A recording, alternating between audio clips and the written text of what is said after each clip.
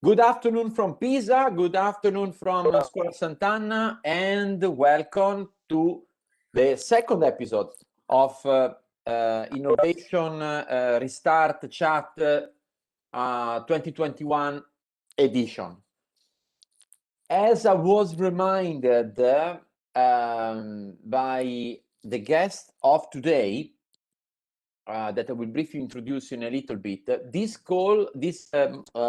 Innovation Restart Chat takes me personally back 20 years, because it was exactly 20 years ago that I met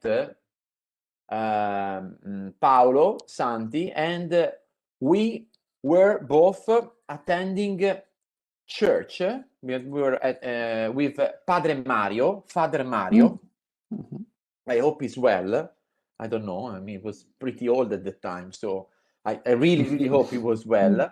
He's still well now. And we were attending church at Georgia Tech. It was the church, the Catholic Center at Georgia Tech. And after Mass, I got closer to Paolo and he said, "Are you Italian?" "We are Italian, così." And we realized that we were the only two Italians attending church together with Father Mario at Georgia Tech. Since then, it was that year. It was a beautiful year for us, together watching baseball on TV without understanding what these people were doing barbecues, playing racquetball, and eating memorable burgers.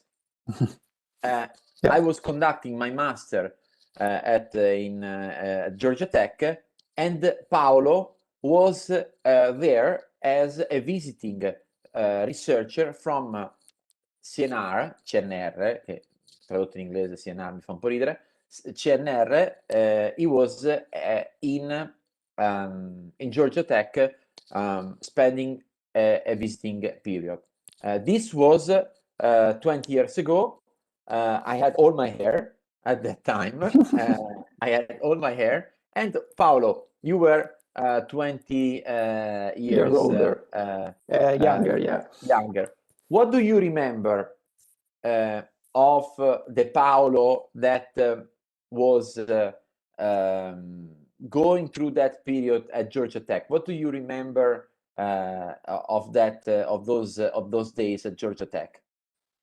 Oh, I remember those as a very nice period. I have good memories, both from a personal viewpoint. I have met a person like Alberto, also another colleague, Giacomo, actually. We say hi to Giacomo, right? Yeah, Giacomo, maybe he's following us. Ciao, Giacomo. Yeah, and with these people, we have been in touch all over this year, and we are still in touch, and that's pretty amazing.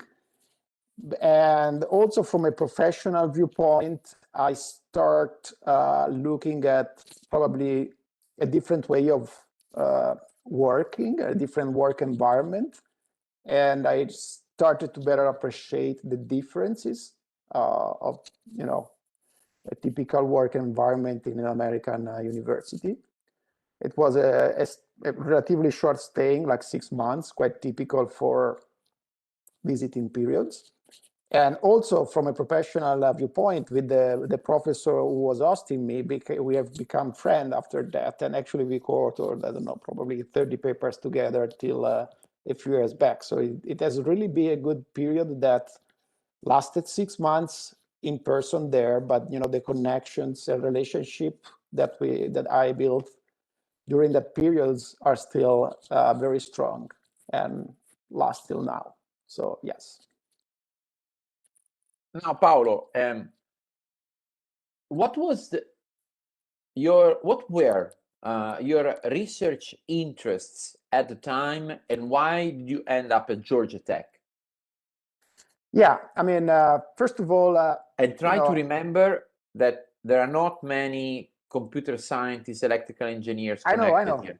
Quindi, yes. Mi raccomando, Yeah, sure. I mean, as and it's 6 o'clock. And it's 6 o'clock. I know. I don't go in technical in detail. Don't worry.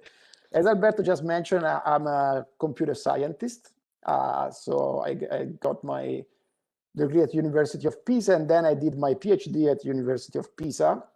And then I did this short postdoc period, and it was interesting because it came in a period that I basically finished the PhD, and we are looking together with some young colleagues of mine at that time at University CNR for new research fields. And there was this new field of sensor networks, wireless sensor networks that are spread in the environment, they communicate between themselves, and it looked like as a very nice area.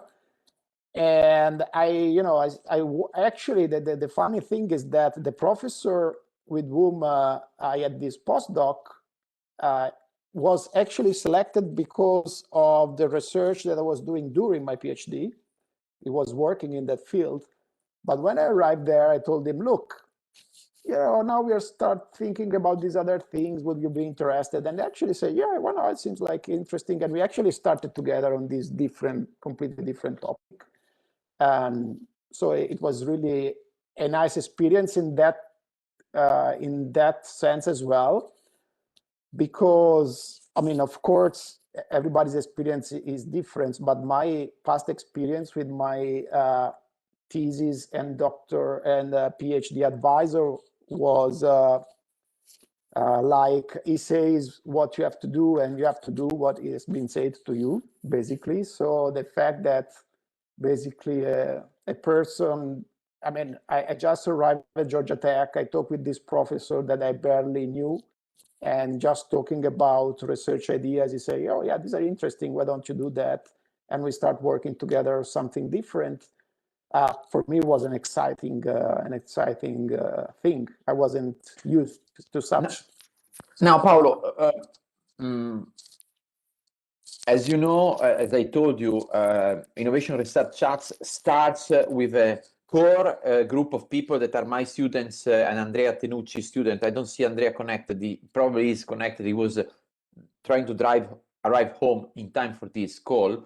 But basically, this is our class at the Laurea Magistrale last year of undergraduate studies. And there could be in the class some people that were exactly like me 20 years ago, Madonna Santa, that as I did, might be considering, after an experience here in Italy, maybe I continue my postgraduate education in the US. No? Besides the fact that anybody that wants to do this, please stop me in class. I will tell you everything that there needs to be known about this.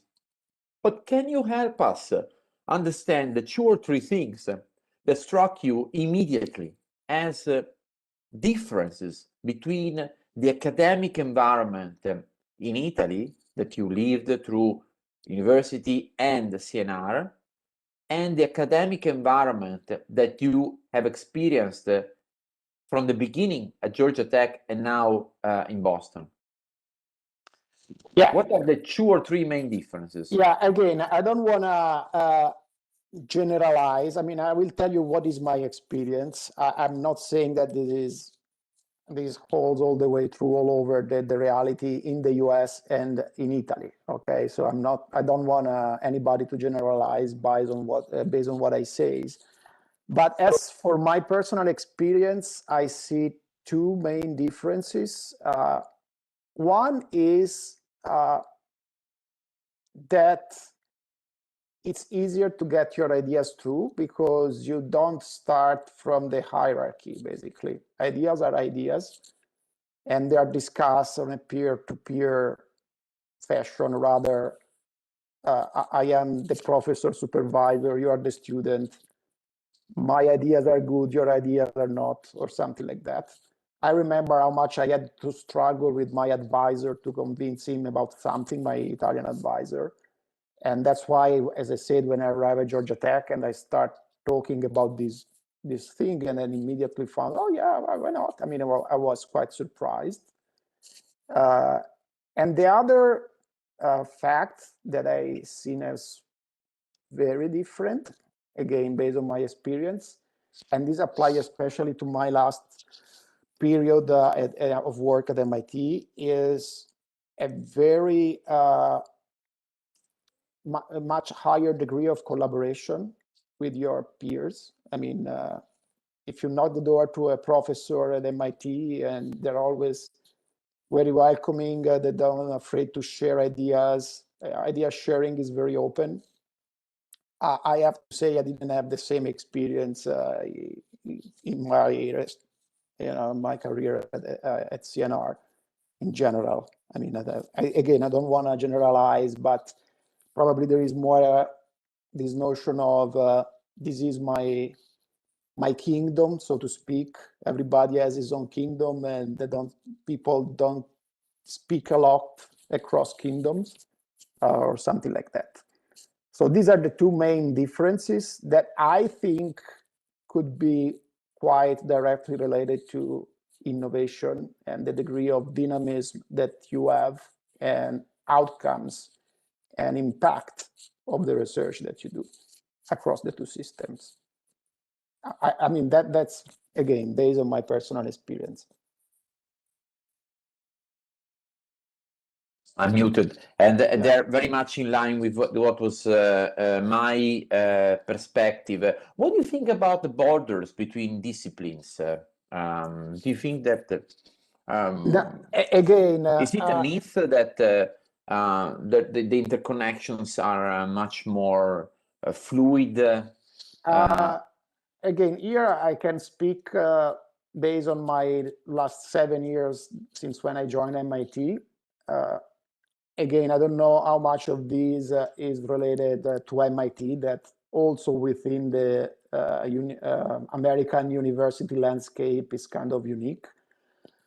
But there is a strong degree of cooperation really across disciplines. There is no, I mean, actually, there's a very strong push towards putting together people with different backgrounds, much stronger that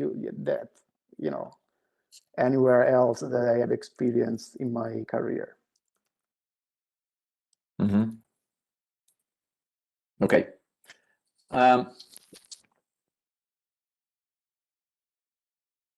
From a certain point, this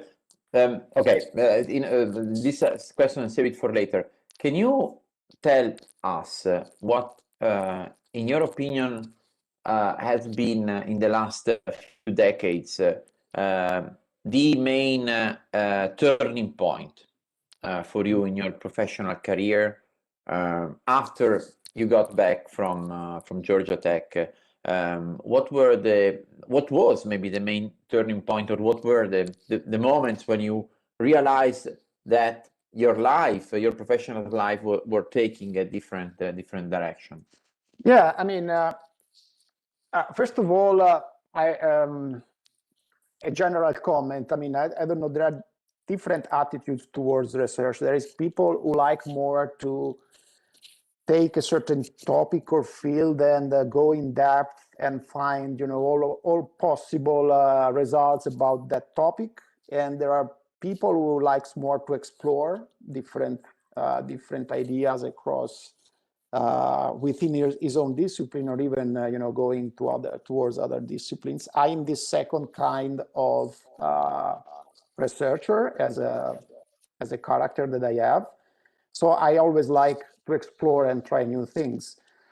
And I told you that I switched basically research area after I finished my PhD. And then for about 10 years, I did some results. I mean, some research that, generally speaking, was, I think, decent, quite good. I mean, it was well received in the research community. And then I arrived at a point where I started realizing that in order to continue to be at the top in terms of, doing impactful research, you would need more and more access to large data, to data set. So that, I mean, just to make an example, most of my work was, thinking about the problem, designing an algorithm, and then simulating that algorithm using synthetic data that you just made for the purpose of simulation.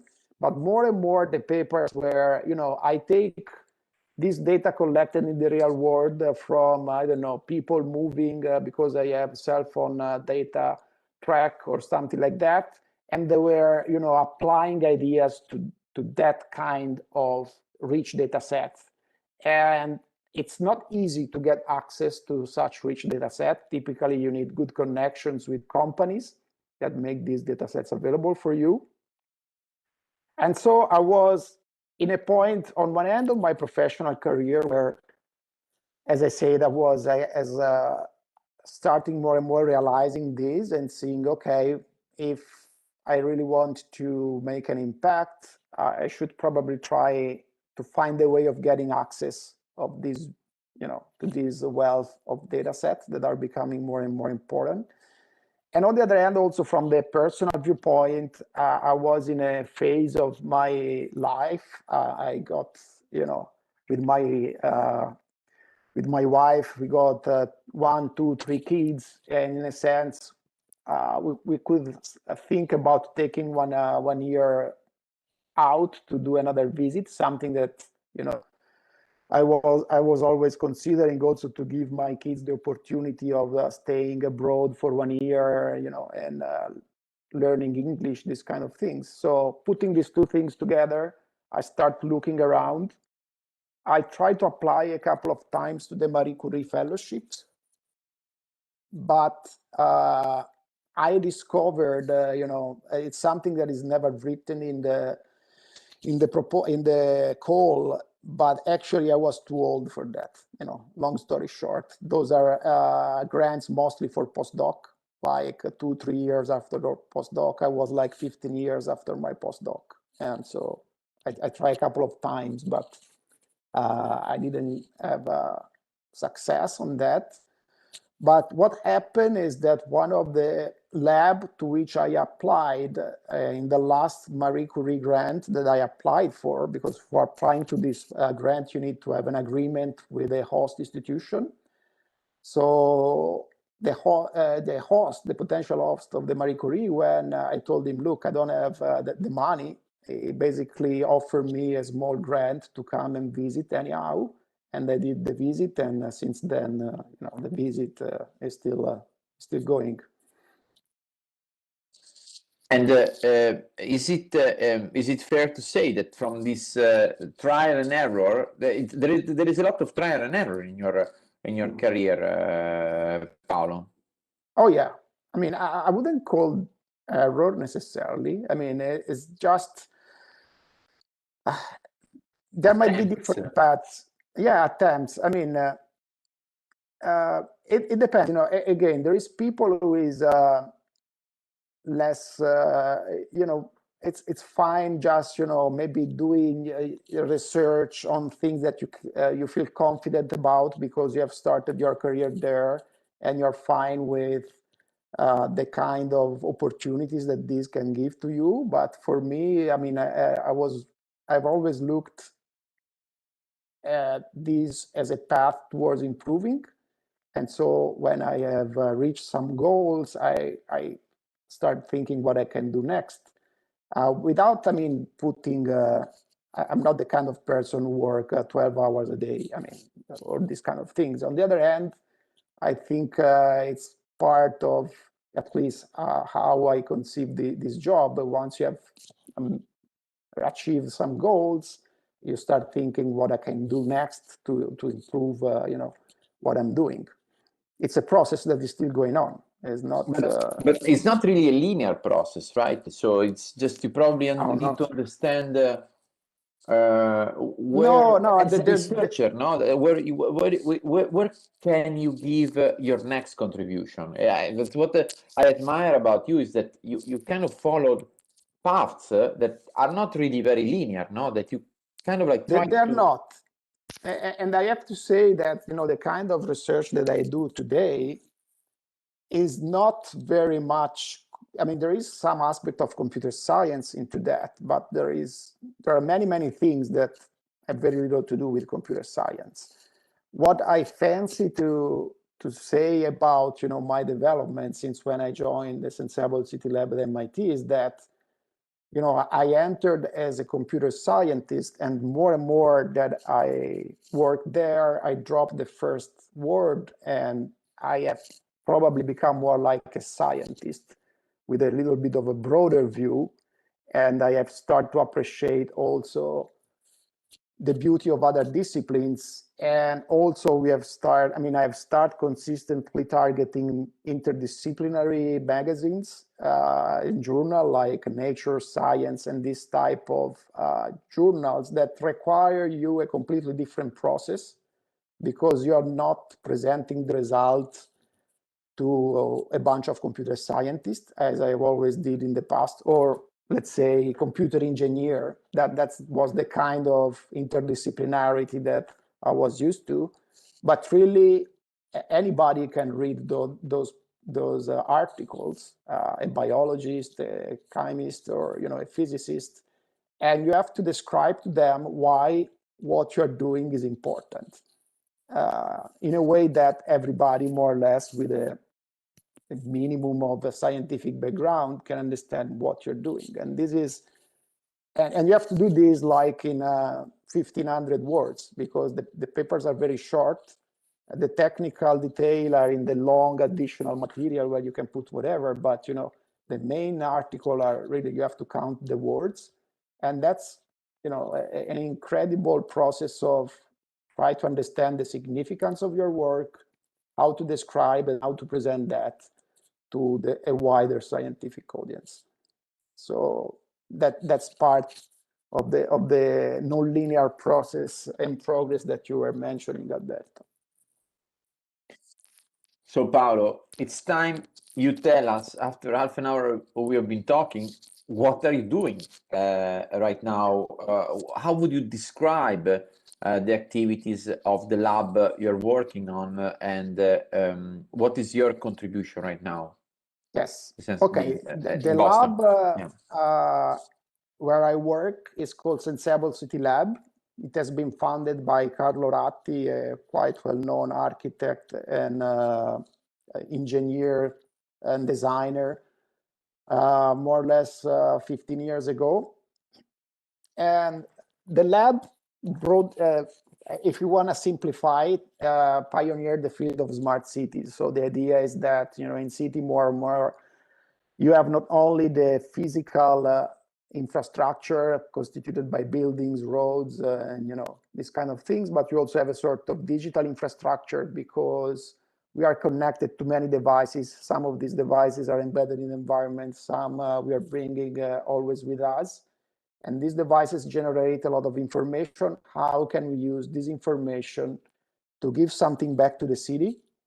And, in terms of improving quality of life of citizens. I want to mention and emphasize the word city, because, the lab is hosted in the Department of Urban Studies and Planning. And that tells you a lot, because you don't have to lose the focus on the city, on the community of people who lives in city, because that's really the focus of the work that we're doing. So the lab, there are about 30 to 40 people anytime, there is a lot of come and go. And it has this aspiration of trying to bring together two quite different fields, the field of architecture and design and the field of science, broadly speaking. And there is a very deep, diverse type of background in this group of 30, 40 people, with degrees ranging from design, architecture, computer science, different type of engineering, because there is also a part of the lab with design sensors and robots, and physicists, applied mathematicians, environmental engineers, and so on and so forth. So it's really a diverse type of audience, and many of the projects at the lab have this highly interdisciplinary characterization.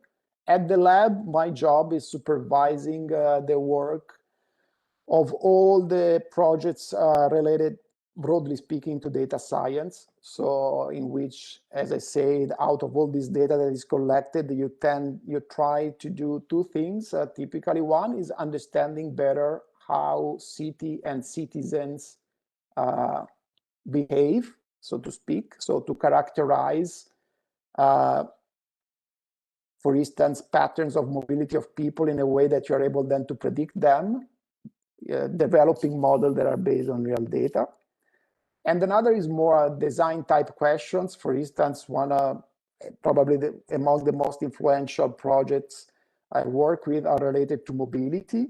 And in particular, for instance, we analyzed a data set of over 150 million taxi trips in New York, taken in 1 year, and asking ourselves the question, what if people would share the ride? So what would be the best way of sharing rides so that you can reduce the number of taxis, the total travel miles, and reduce traffic in the city?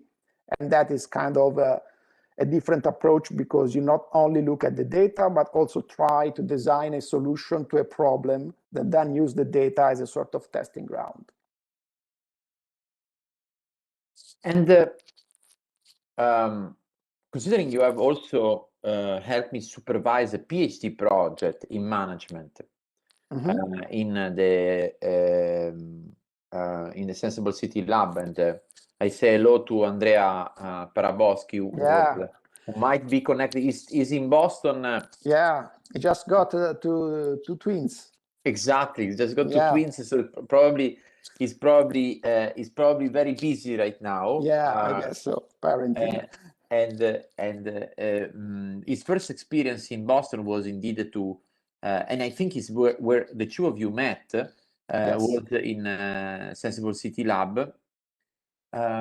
What is the role of people like my students that have competence in management and management of innovation? What is what are the skills that you might need also from people that come from the management side? Yeah, I can tell you briefly what Andrea did with the project we worked together when he was at the lab, just to give a very tangible example. So with Andrea, we look at two things. First, Andrea did something more related to his thesis project. So he considered the portfolio of projects that were being done at the lab and analyzed them in terms of innovation potential. So the potential to be actually becoming innovation that could become, startup companies or something like that, and have a more tangible impact in the world. And also we did a more quantitative type of projects in which I asked him to analyze together the dynamic of a shared taxi market from a microeconomic viewpoint. So there the idea is that there was some research done on taxi market, for instance, the dynamic, the price elasticity, how people react to increase in price and stuff like that. But there was very little known, or it's actually at that time nothing known about the dynamic of the taxi market where there can be share rides. And so we used in part the models that we developed for the analysis of share rides that I just mentioned, giving them a perspective also from a business economic viewpoint to understand what could be the dynamic in a shared taxi market. And that was a project. It stayed, I think, about 6 months at the lab, more or less. And that's an example. And something that I remember that Andrea kept telling me, so I was telling him, Andrea, you have to go and analyze the business models of these projects that are starting up from Carlo Lab and from Sensible City Lab, and so you need to explain to me what is the connection between society data, through these projects and the business model. And he was telling me, Alberto, there is no business model. That's the problem. We don't. There is not really a business model behind. There are companies who pay. There are a lot of activities going on, but it's not that these projects have a clear business model. And I found it fascinating and weird, considering that the GDP of all the spin-off companies that come out of MIT every year is larger than the GDP of Italy. And I was saying, no, this is not possible. Like, explore better, So can you help me understand, how come that such an applied research center had research projects that were very close to society, but no real business models behind? Yeah, I mean, I think what you say is true and not true at the same time, because there is no, I mean, first of all, I have to say that like a small startup, Sensable City Lab grew very fast. And there were some issues, especially when I first arrived, about management of coordination of such a large group of people, because we were severely understaffed under the, supervision capacity and management capacity. Also, because in the meanwhile, Carlo was getting more and more involved in several other things outside the lab. So, and Andrea arrived at the point now, at the lab, we have a more structured workflow. We have hired an executive director who is a former MIT Sloan graduate. So, I mean, we have done some steps. I'm not saying still we don't have a business model for the projects, but we have, for instance, definitely fundraising is always in because our lab is entirely sponsored by projects, most of which come from industry or cities, but the biggest part of money comes from industry. So, fundraising is something that we have to do. We actually also now have somebody at the lab who just does fundraising, basically. Having said that, at MIT in general, and also at our lab, there is a strong mindset towards technology transfer, patenting, and spinning off. The lab over the years has produced a number of spin-off. One is now commercializing electrical scooters. They're also active in Italy, in Rome and Palermo, just launched. The company is called Super Pedestrian, and the scooters are called Link. And this is something that came out of the lab in 2011, probably. There is another company called BioBot that instead use robots to sample sewage to determine epidemic information about disease spreading. Now they are doing also some application to COVID, but first they were more concerned with detecting opioid in sewage. And that company is called BioBot. And now there is another company in which I'm partly involved called Data Drive that instead, try to spin off the technology related to mobility that I was mentioning, sharing rides, dispatching vehicles, and these things. And all of these are spin-off that has been created by the lab. So although there is no, let's say, a priori business model, so it's not that the projects are thought to become companies, not at all. But if there is an opportunity for doing that, we are ready. I mean, the lab has already done this. And how does it happen, Paolo? And in the meanwhile, we are saying hello to our friend Giacomo, who just messaged me that he's connected from YouTube. So we say hi to Giacomo. Ciao, Giacomo. And I see also Andrea Galli, who's worked for the Carlo Ratti company here in Italy. So many friends connecting. My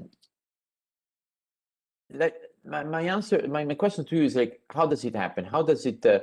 When do you?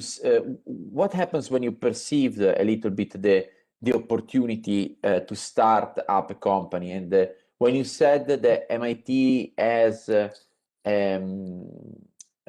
mentality, an approach toward patenting and spin-off, how does it happen? What is the difference there with respect of what you have seen at CNR and in the Italian university? Try to help us grasp the difference. I think one of the difference is the dimension of the R&D that is being conducted. That's one thing. Yes. But I mean, and also, to be honest, again, I don't know how much this is related to the fact that MIT has some unique features to some extent. So that if you patent something with the MIT label on it, you already start from a good point in terms of convincing somebody that it is a good idea. Let's say it's a sort of brand that is well known and well respected, because they know that MIT has a very good experience in spinning off technology and creating companies, as you are saying. In terms, I don't know, I remember at some point, I don't even remember for what, but I was just trying to explore at CNR how it works if you want to patent something, and the process was very complicated. And there were two options. If you want to have access to any royalty at all, you have to basically pay out of your pocket the very big expenses related to patenting. Otherwise, if CNR pays, you don't have royalty, you just have the name on the patent. And then the motivation for doing this goes down unless you're rich and you do the patent yourself, paying out of pocket. At MIT is a bit different. It works like this. If you have an idea that you think is worth patenting, you have to submit an internal invention disclosure form, and then there is an officer at MIT that evaluates the invention and evaluate the business potential. And if they see potential, all the patenting expenses are on MIT side, and you still get some royalties. So from your viewpoint, the effort is just putting down this technology disclosure form that is 3 pages. I mean, if you have already a paper ready, basically you summarize that, you give a little bit of context, you say, who could be potential customers of these, but it's not like you spend probably 2 or 3 days of work. So it's the administration that makes your life much easier, let's say.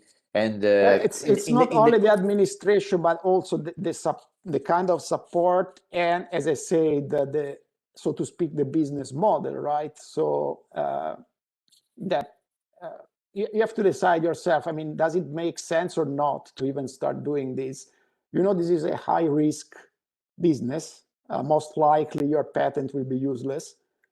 And I mean, if you have to do it yourself, putting down your money, unless you don't see any recognition in terms of royalty, I don't know. I mean, probably I wouldn't do anything. It's difficult to say this is a groundbreaking idea. I mean, as you guys know probably much better than me, good ideas not necessarily lead to good companies. There is execution in between. There is business model. There is opportunity. There is market size. There are so many things that comes into play, and the risks are so high that as a researcher, unless you have an easy way of doing that, I don't think it's worth. I mean, also in terms of effort of preparing and return for the effort. So if you have to, I don't know, spend 2 months filling up form and over form, for what? For not seeing royalties unless you pay out of pocket 20 or 30,000 euros. I don't think I would do it. I don't know what you think, but. And what do you think that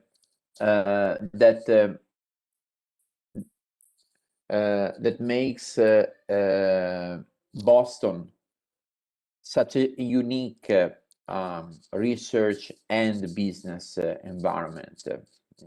Yeah, I mean, Boston is one of the top hub for research and innovation in the US, as you know, together with Silicon Valley and probably the New York area. I mean, there is a co-location of many things. There are very important universities, not only MIT, but also Harvard, and other very prestigious universities, maybe less well known outside the US, maybe smaller, but really it's an ecosystem of incredibly selective universities.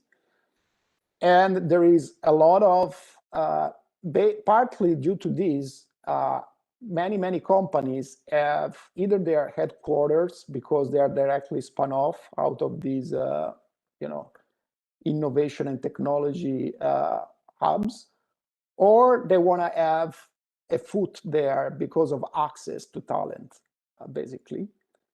And so, I mean, around the Boston area, that there are big offices of all the main players, Amazon, Microsoft in the tech area.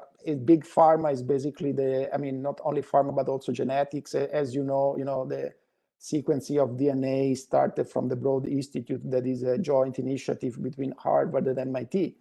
And there is a huge business related to all these research about genome research and all of these. In this area, the Boston area is basically the most important area in the world. So, and it's relatively compact. So we are talking about, driving around and finding all these opportunities. The downside, of course, is that the cost of living is very high. And another downside for us European is the terrible winter, very long and cold winter. But,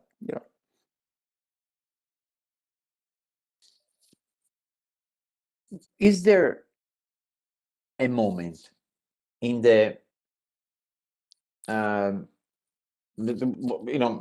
just talking now, Paolo, feel free to not talk about as a politician or as your single perspective. There is no need of generalization here, but from the chats that you have with friends and from the entrepreneurial activity that you have seen, are there specific moments from the development of a concept from idea to market that for which the MIT Boston ecosystem was particularly useful for? So what I'm trying to understand is that, is it more relevant at the beginning? Is it more relevant at the aggregation of ideas? It is more relevant at certain point of the commercialization?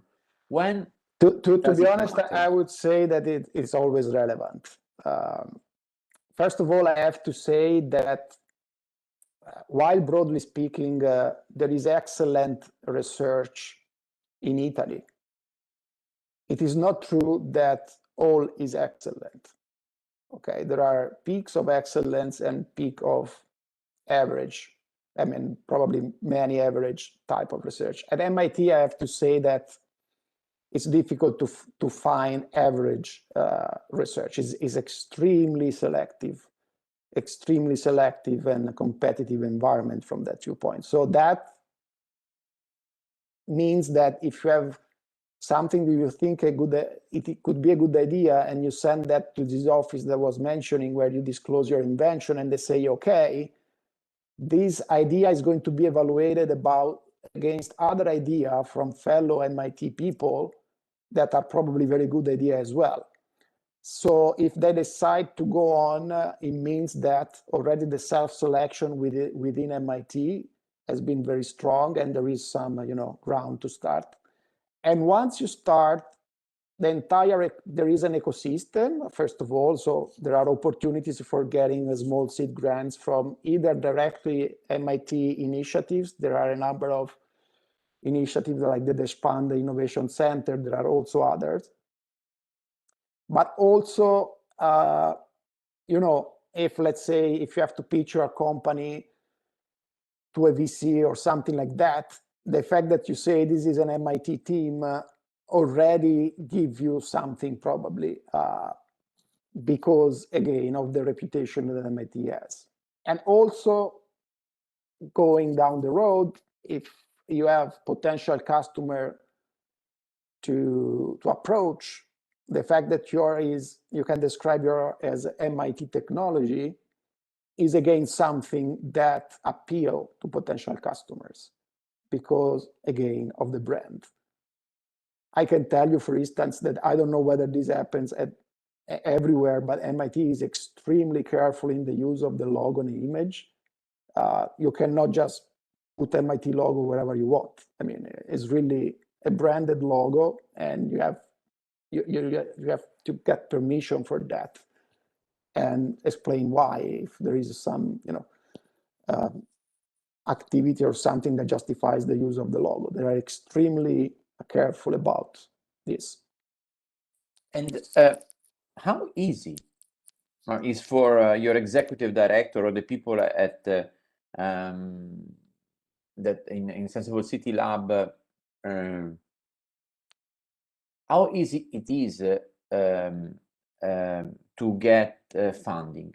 How easy it is for an organization like yours to be recognized for the excellent research that you do, but also for, as you said, it's to get grants from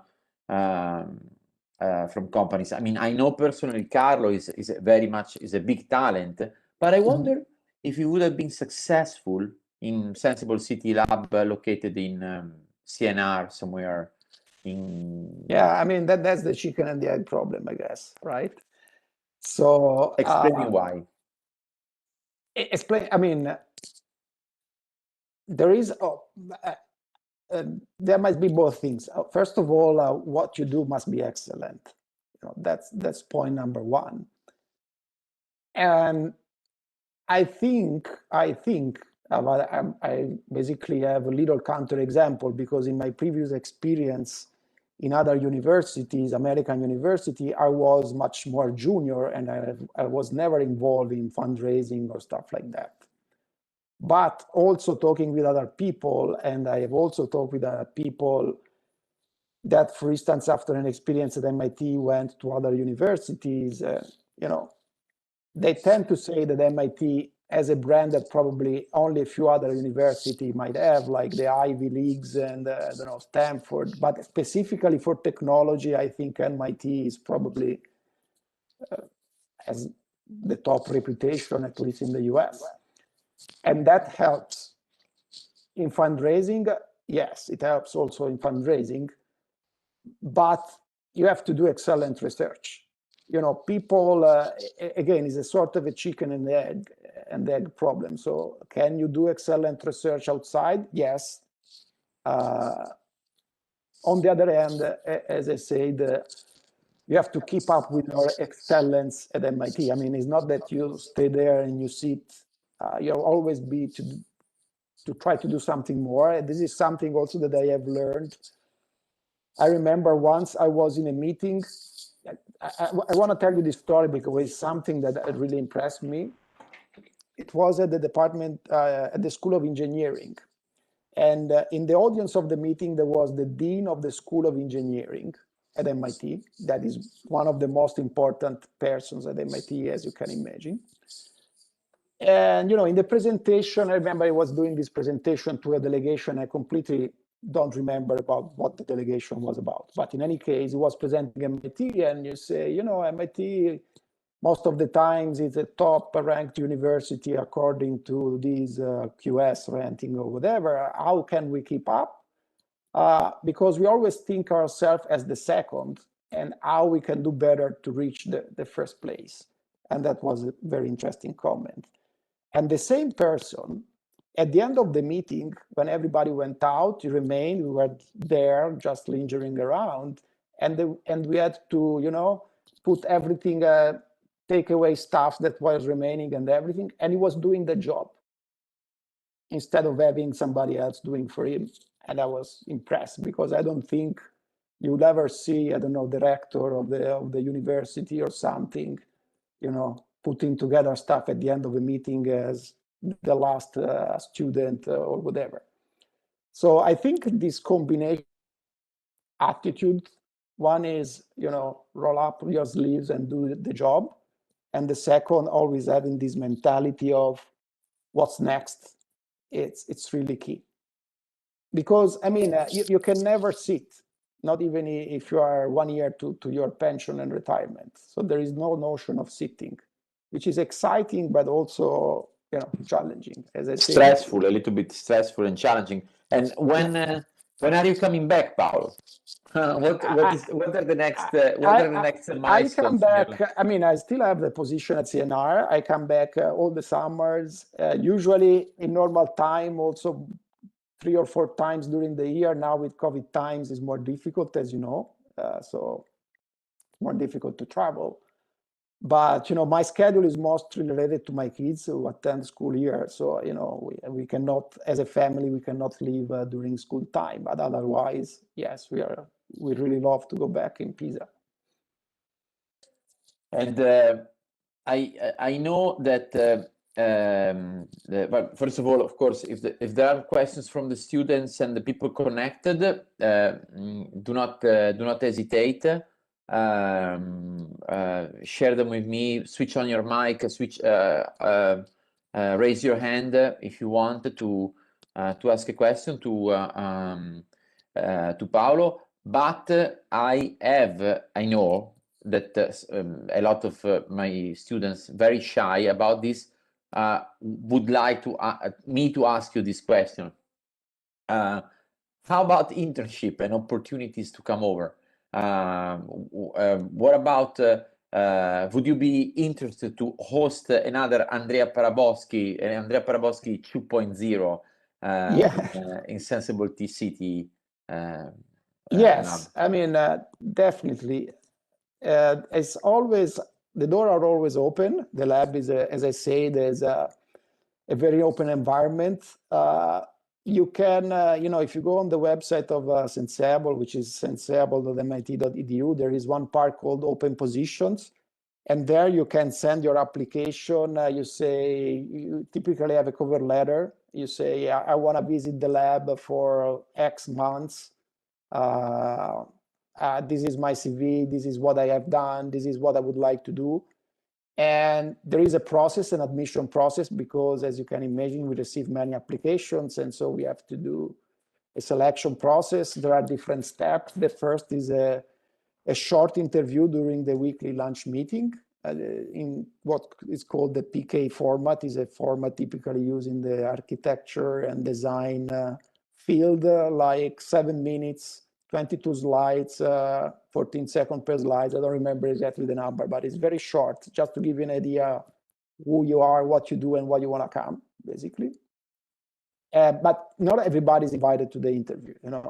If you are selected, you go to the interview. Then during the interview, we also collect the feedback from everybody who was attending the lunch meeting, all the current members of the lab.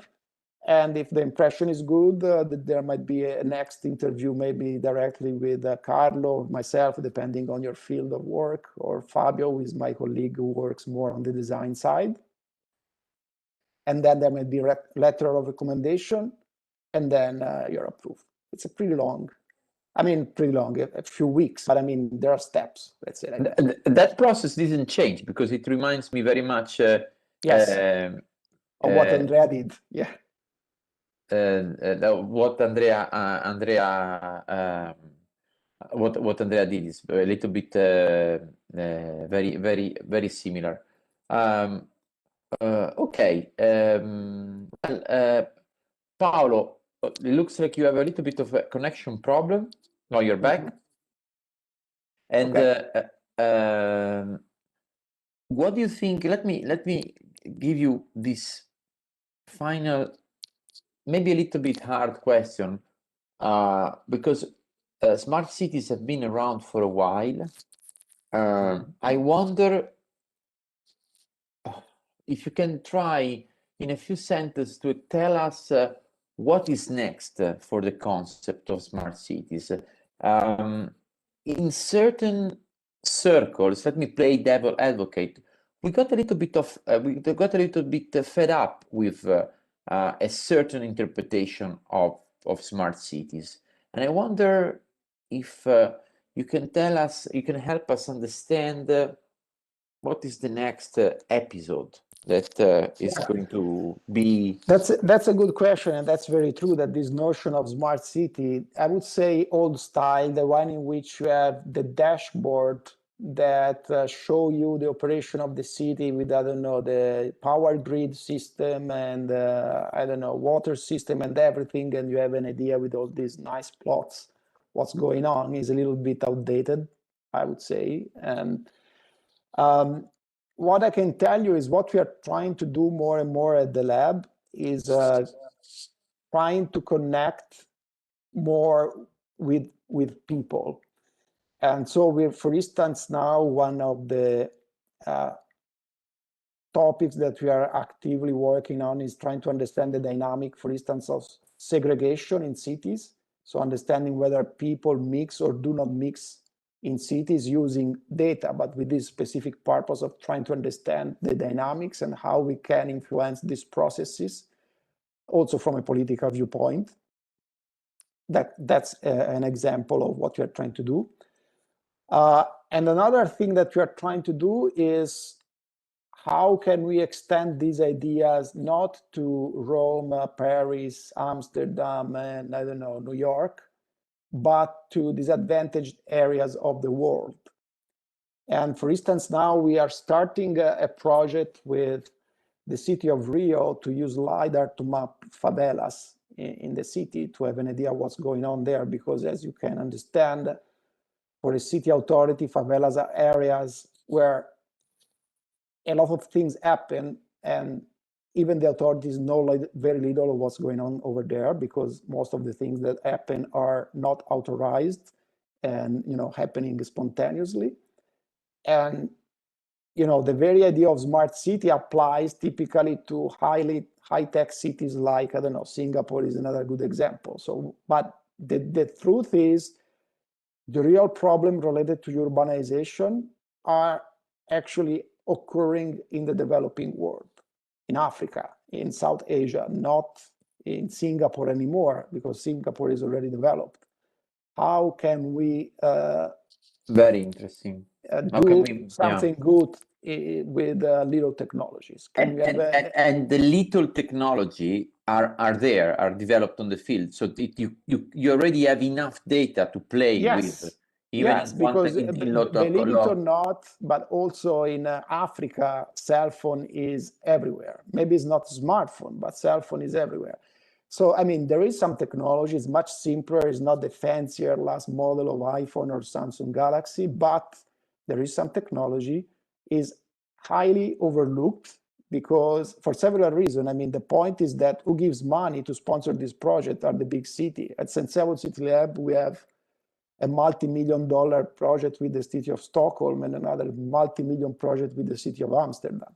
You never have a multi-million-dollar project with the city, I don't know, of Lagos, Nigeria, or whatever. They don't have money. So it's challenging. It's not easy. Super cool. Super cool. And it's like money is directed to is driving you towards maybe less interesting projects. So you could find more interesting projects if you had the way to kind of like direct your research endeavors in places that might not be able to accommodate your requests and provide the same level of infrastructure. But I think that Carlo and yourself are quite sensible in this. I remember one presentation where you were showing the tracking. Did I get this? The track. So someone entering your labs and stole your laptop, right? The laptop, yeah. And you were basically able to track and show the data basically on the tracks. Because unfortunately for this robber, there was installed a tracking software for other reason, for a project, and so they basically activate the software and were able to find exactly where the robber was. The objective of the project was to understand where all the laptop goes, and basically we use that tracking ability to find places typically in underdeveloped countries where all these kind of tech waste went, and we then went there in person in a few of these places. So that was a very interesting project as well. Very, very nice, and make the most out of be sustainable also in the type of research that we are doing, you know, and trying to come up with very nice research question, even if you don't have all the, you have just only have good research, but not maybe all the money of the world to do it. Is a very good lesson to be shared with my friends in Italy, that we always complain because we don't have money to do our research, but this is coming from MIT. So the MIT people are telling us you can do a lot if you focus on very interesting research projects, even if you don't have a very big and generous research infrastructure behind. Yep. Okay. Paolo, thank you so much for your time. Thank you for inviting. This was a very interesting chat. I truly enjoyed to get reconnected with you. Likewise. And let me remind our friends following us online that on the Mind community website, www.mind.santannapisa.it, you can find, I can write this down, information about our next speakers. And with that I say goodbye to the people connected from YouTube, and we're gonna close the live streaming now. So goodbye to our friends following us from YouTube, and